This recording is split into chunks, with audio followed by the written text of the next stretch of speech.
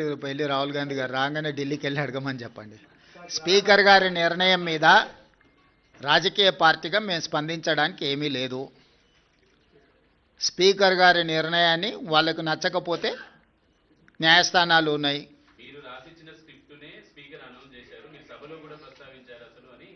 ఇప్పుడు నేను వాళ్ళ అవగాహన రాహిత్యానికి జాలి పడుతున్నా. పదే పదే హరీష్ రావు గారు శాసనసభలోనే మేము 37 మంది శాసనసభ్యులు ఉన్నాం, మాకింత సమయం ఇవ్వాలని మాట్లాడింది మీరు కళ్ళతో చూసిరు, మీరు చెవులతో విన్నారు, అవునా? ప్రతిసారి శాసనసభ ముగింపు సమావేశాలలో స్పీకర్ గారు ఒక బులెటిన్ ఇష్యూ చేస్తారు.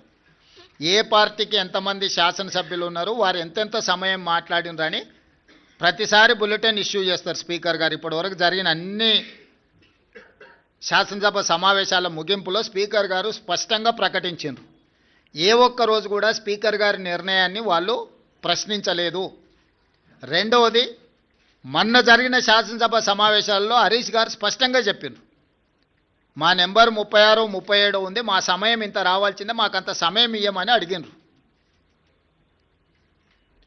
టీవీలో పేపర్లో మేము చూసిన ప్రతి నెల 5,000 రూపాయలు ఎమ్మెల్యేల నుంచి వాళ్ళ టీఆర్ఎస్ ఎల్పీ నిర్వహణ కోసము డబ్బులు కూడా తీసుకున్నారని.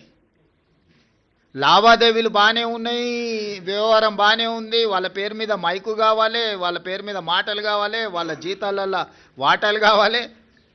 మీ వాళ్ళనే మీ వాళ్ళు కాదు అని అనుకునే పరిస్థితి ఎందుకు దాపురించింది? ఇంత రాజకీయంగా ఇంత దుర్భరమైన, ఇంత నికృష్టమైన పరిస్థితి ఎవరికైనా వస్తుందా? సొంత పార్టీ ఎమ్మెల్యేలనే మా వాళ్ళు కాదు అని.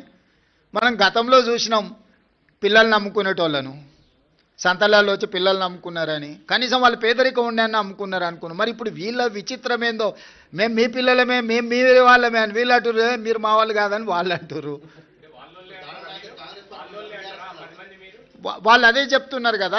ఎవరి ఇప్పుడు దాంట్లో ఎవరు మైనర్స్ లేరు, అందరు మేజర్లే కదా, విజ్డమ్ ఉన్నోళ్ళే కదా. ఆ మేజర్స్ విజ్డమ్ ఉన్నోళ్ళే వాళ్ళు ఎవరో చెప్తున్నప్పుడు నీ అభిప్రాయంతో నా అభిప్రాయంతో ఏం పని ఉంది?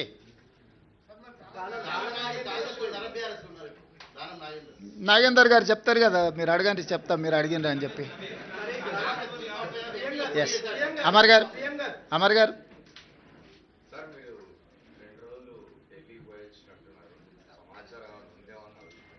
దేని గురించి?